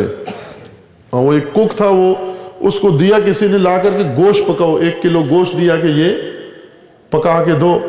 جو اس نے جب پکا کے تیار کیا تو صرف شوربہ تھا، تو انہوں نے کہا کہ گوشت کدھر گیا؟ بوٹی نہیں ہے۔ اس نے کہا کہ وہ میں چیک کیے کہ گلی ہے یا نہیں گلی، تو گوشت جو تھا میں نے چیک کر لیا کہ گلا ہے یا گلا۔ 1 بوٹی چیک کرتا ہے آدمی، پورا کلو گوشت کھا گیا تم۔ دیکھ جب چیک کرنی ہوتی ہے تو 1 دانہ چیک کرتے ہیں نا، چاول جب بناتے ہیں تو کہ گلا ہے یا نہیں کتنا چیک کرتے ہیں؟ 1 دانہ۔ اور جو 1 دانے کی حالت ہوتی ہے وہ سمجھ جاتے ہیں کہ ساری دیگ ایسے ہی، اگر پک گیا ہے یہ دانہ تو سمجھو ساری دیگ پک گئی ہے، اگر یہ دانہ نہیں پکا تو سمجھو ساری دیگ کچی ہے، ابھی اور دم لگا اس کو۔ ایسے ہی ہوتا ہے نا؟ آپ کیا نہیں ہوتا ایسے؟ ایسے ہی ہوتا ہے۔ خوب، اب توجہ کریں، میں 1 دانہ دیگ سے نکال کے ٹیسٹ کرتا ہوں۔ اس سیاسی نظام کا 1 دانہ نکال کے ٹیسٹ کرتے ہیں، ہاتھوں میں مسلتے ہیں، دیکھیں کیسا ہے۔ باقی سارے دانے ایسے ہی ہوں گے۔ یہ بلوچستان کا جو خنزیر اعلیٰ ہٹایا گیا ہے، حقیقتاً ایسا ہی ہے۔ شاید میں نے ایک جگہ اس کو کہا تھا کہ خنزیر اعلیٰ، تو ایک مومن نے کہا کہ خنزیر کی توہین کی ہے آپ نے، اس کو خنزیر کہہ کر۔ حقیقت ہے، مبالغہ نہیں ہے. اب توجہ کریں، اس کا ایک نمونہ میں عرض کرتا ہوں یہ کیسا شخص ہے. یہ جب مستونگ میں ایک 30-35 زائرین شہید کیے گئے بس دھماکہ یا بس کے اوپر حملہ کر کے، اس وقت اخباری رپورٹر آئے اس کے پاس اور انہوں نے آ کر اسے کہا کہ آپ کی حکومت کے اندر 35 آدمی شہید ہو گئے ہیں اور 40 آدمی مثلاً 80 آدمی زخمی ہیں، تو آپ کیا کہتے ہو؟ تو اس نے کہا کہ 18 کروڑ عوام ادھر ملک میں موجود ہیں، 18 کروڑ میں سے اگر 35 مر جائیں تو کوئی فرق نہیں پڑتا. یہ اس کا جواب تھا کہ 18 کروڑ تو ہیں، زندہ ہیں، 35 مر گئے تو کیا حرج ہے، مرنے دو ان کو. انہوں نے کہا کہ بھائی یہ جو 35 مرے ہیں ان کی بہنیں ہیں، مائیں ہیں، بیٹیاں ہیں، بیٹے ہیں، اولاد ہیں، خاندان ہے ان کا، سوگوار ہیں، عزادار ہیں، ان کو کیا پیغام ہے آپ کا؟ تو اس نے کہا کہ میں 2 ٹرک یہ کاغذ کا جو رومال ہوتا ہے، ٹیشو جس کو کہتے ہیں، دیکھا ہوا ہے نا آپ نے، ٹیشو پیپر کہتے ہیں نا جس کو، یہ کاغذی رومال جسے منہ صاف کرتے ہیں آنسو. اس نے کہا کہ میں 2 ٹرک ٹیشو بھیجتا ہوں ان خاندانوں کو اپنے آنسو صاف کرنے. دیکھیں مذاق اڑا رہا ہے شہیدوں کا. انسان یہ ہے، یہ لوگ، یہ ایک دانہ ہے اس سیاست کے نظام کا، اس دیگ کا ایک دانہ ہے یہ، جس کے اندر اتنا رحم نہیں ہے کہ وہ جا کر ہمدردی ظاہر کرے. یہ 100 لاشیں جو کوئٹہ میں پڑی رہیں، ایک بھی وزیر نہیں آیا، ہمدردی کرنے کے لیے بھی نہیں آیا. پرواہ نہیں ہے ان کو. کیا پرواہ؟ عوام ہے، مرتے ہیں تو مرنے دو ان کو، دکھ نہیں ہے ان کو کوئی کسی قسم. یہ نظام ہے آپ کا. یہ کیسے یہ آسمان سے ٹپکا تھا؟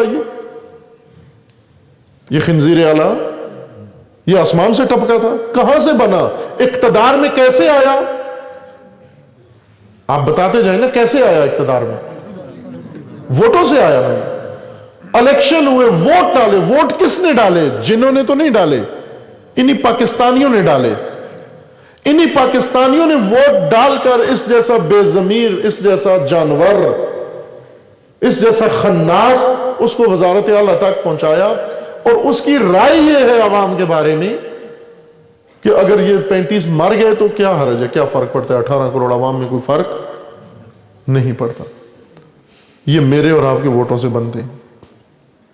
ان کو ووٹ دے کے ہم سمجھتے ہیں ہم سیاست کر رہے ہیں. سیاست نہیں کر رہے ہیں، بلکہ انہوں نے ہمیں گدھا بنا رکھا ہے اور گدھا اپنا سوار چن رہا ہے کہ آ تو میرے اوپر بیٹھ.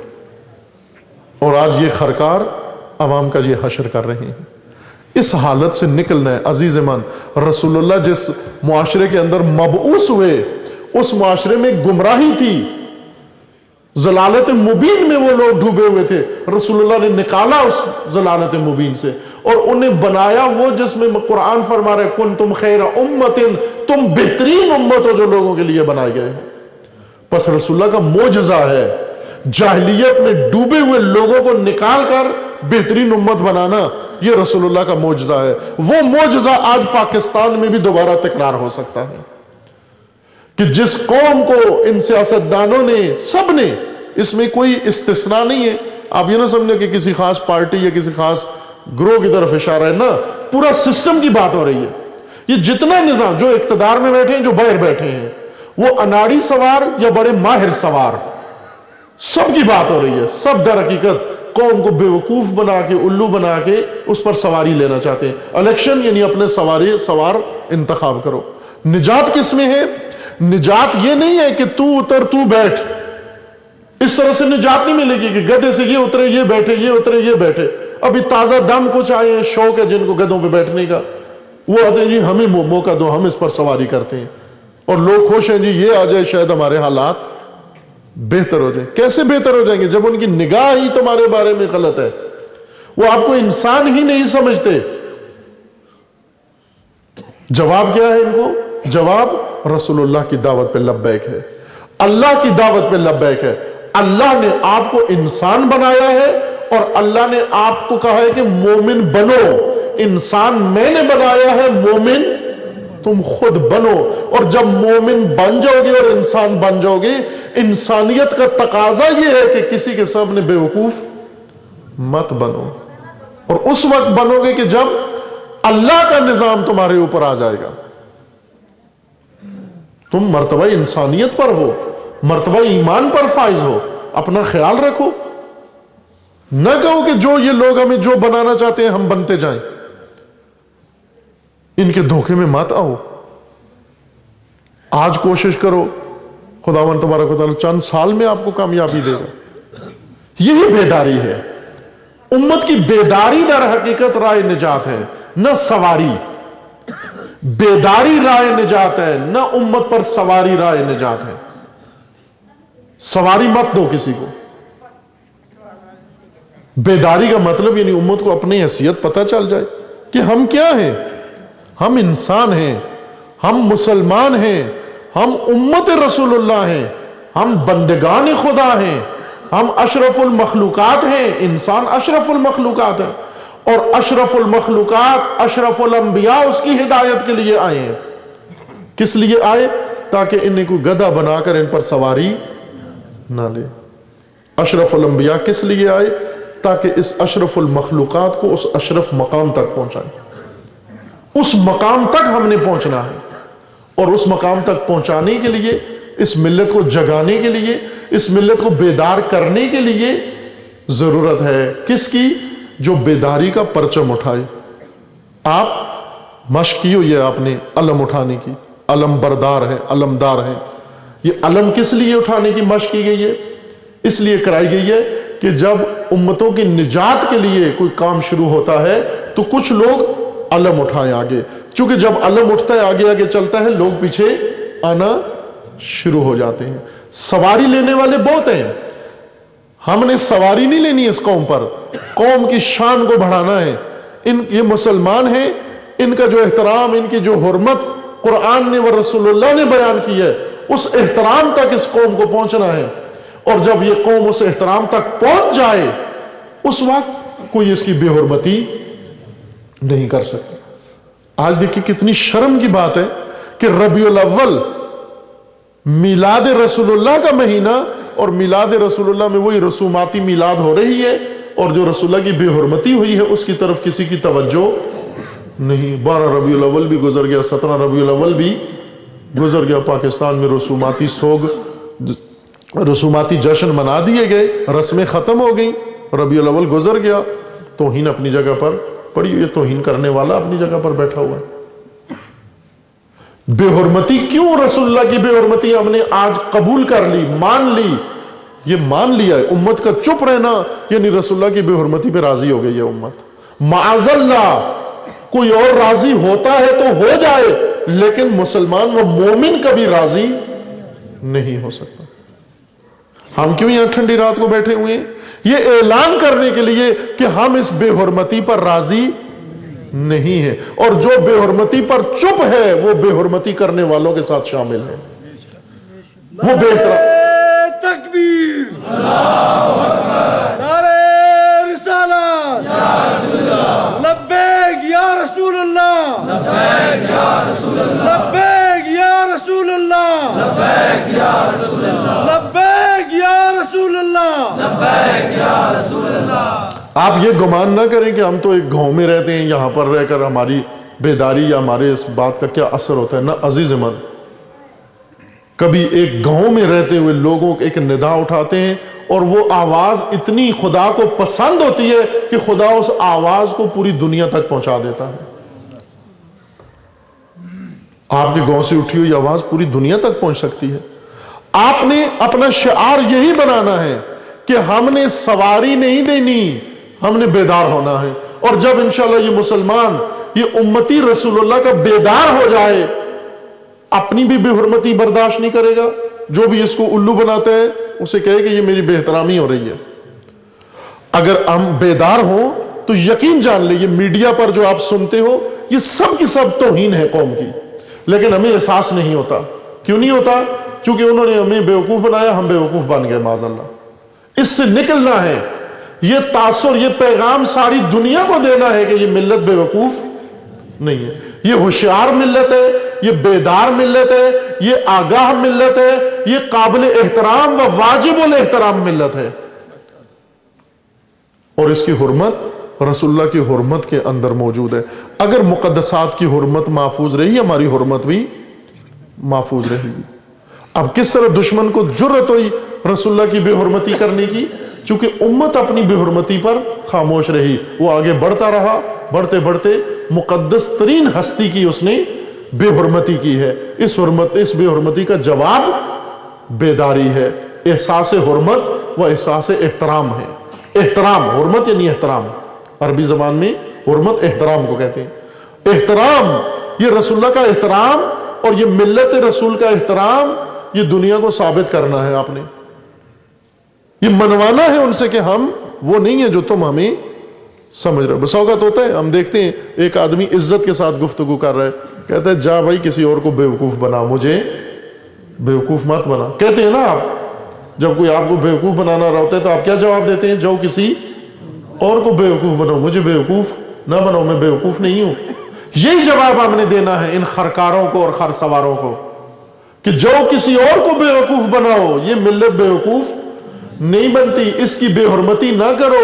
یہ احترام والی قوم ہے، اس کا امام کا احترام ہے، اس کے دین کا احترام ہے، اس کے قرآن کا احترام ہے، اس کے رسول کا احترام ہے، اور ہم سب رسول اللہ کے احترام کے محافظ ہیں۔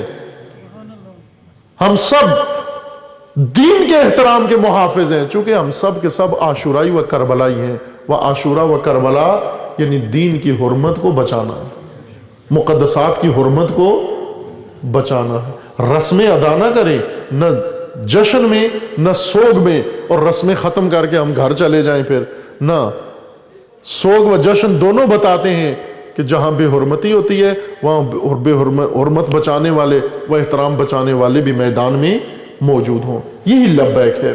انشاءاللہ خداوند تبارک و تعالیٰ وہ دن لائے پاکستان کے اندر کہ یہ ملت، یہ با احترام و محترم قوم، انشاءاللہ اس کی نجات ہو جائے، ان ظالموں سے، عالمی شیطانی طاقتوں سے بھی اس کو نجات ملے، اور ملک کے اندر یہ خرکار و خرسوار، یہ سیاسی، خدا ان سے بھی اس ملت کو نجات عطا فرمائے، اور ان بے حرمتیوں سے بھی خدا اس کی نجات عطا فرمائے، اور ان گستاخوں کو خداوند تبارک و تعالی نیست و نابود فرمائے۔ دعا کرتے ہیں بارگاہ الہی میں، اللہم بحق اسمک العظیم الاعظم الاعز الاجل الاکرم، یا اللہ یا اللہ یا اللہ یا اللہ یا اللہ یا اللہ یا اللہ یا اللہ یا اللہ یا اللہ۔ خداوندہ بحق محمد و آل محمد، بحق رسول اللہ، بحق آل رسول اللہ، بحق قرآن، بحق اسماء حسنہ خود، خداوندہ ملت اسلامیہ کے اندر اتحاد و اتفاق برقرار فرما، ملت اسلامیہ کے اندر بیداری و شعور عطا فرما۔ خداوندہ بحق محمد و آل محمد، مملکت پاکستان کی حفاظت فرما، اس ملک کو اندرونی بیرونی دشمنوں سے محفوظ فرما۔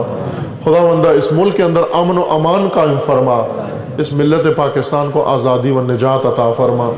خداوندہ بحق محمد و آل محمد، رسول اللہ کی بارگاہ میں بے حرمتی و گستاخی کرنے والوں کو اپنے تمام لو لشکر سمیت نیست و نابود فرما، اور پروردگارہ ان گستاخوں کو سزا دینے کی توفیق امت اسلامیہ کو عطا فرما۔ خداوندہ تمام مظلوم ملتوں کو نجات عطا فرما، پروردگارہ حزب اللہ کو کامیابی عطا فرما، سید مقاومت سید حسن نصر اللہ کی حفاظت فرما، رہبر معظم انقلاب اسلامی کا سایہ دراز فرما، انقلاب اسلامی کو دشمنوں کے شر سے محفوظ فرما، انقلاب اسلامی کو انقلاب امام زمان سے متصل فرما، پیروان امیر المومنین عزاداران سید الشہداء جہاں کہیں بھی ہیں ان کے عزت و مال و جان و ناموس کی حفاظت فرما۔ پروردگارہ بحق محمد و آل محمد، ملت پاکستان کے اندر بالخصوص ملت تشیع کے اندر اتحاد و اتفاق قائم فرما، اپنے ولی حق ولی اللہ العظم اجل اللہ تعالی فرج و شریف کا جلد از جلد ظہور فرما، ہمیں حضرت کے اعوان و انصار میں سے ہونے کی توفیق عطا فرما۔ آپ سب اپنے حاجات کی برابری کے لیے، اپنی دعاؤں کی استجابت کے لیے، امت کی وحدت و اتحاد کے لیے، اپنی صحت و سلامتی کے لیے، اور گستاخان رسول اللہ کی نیستی و نابودی و ظالموں و ستمگروں کی نابودی کے لیے 3 دفعہ بلند آواز سے محمدی صلوات پڑھیے، محمد و آل محمد۔